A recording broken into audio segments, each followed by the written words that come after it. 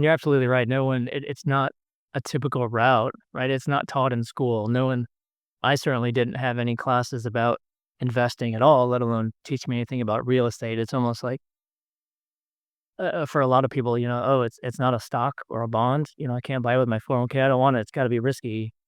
I disagree with that, but it's because I've had the opportunity to, I think, learn otherwise. So. Wow. From a CPA background and, vouching that real estate is the way to invest is really powerful, in my opinion. For reasons, I think. We're talking about all of them? Probably not. We don't have time for all of them, but that's the topic of another day. So, I mean, there's personal reasons and then there's financial reasons for sure. And you've kind of gone into personal, your why was that you were just seeking financial freedom. And I think that that was really wise of you at a young age, even right out of college, right? Because at that point, and correct me if I'm wrong, you didn't have your family yet, right? So, Definitely correct. Yeah, I was single. yeah, single planning, that's like way planning ahead where a lot of people fresh out of college aren't really, or at least the ones I hung out was that like wanting to be financially secure for, their family or future family that are not even born yet. So kudos to you for that, for big picture thinking. And so you bought that first deal that led to having cash for the second. And then where did you go from there? Take us to where you are in your portfolio today.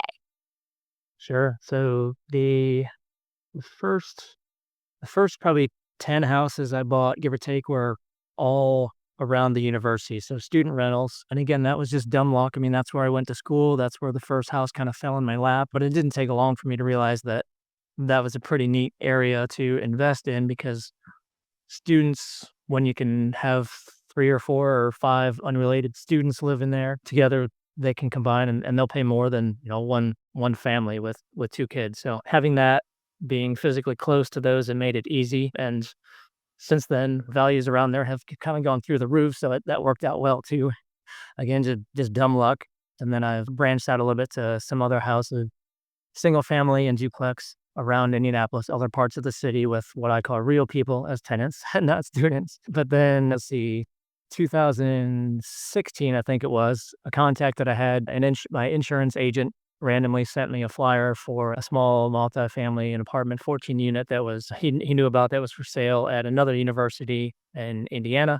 I drove up there, took my contractor with me, and said that night, like, we got to put an offer. This is awesome. So that was unit kind of my first jump into the multifamily realm, which at that point, that was certainly the biggest anything I had purchased, both from dollar.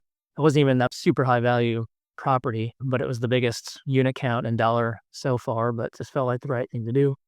So let me stop you. You bought that by yourself, and at that point, were you familiar with running the numbers on a building that size, or were you just using the same formula as you were using for single family?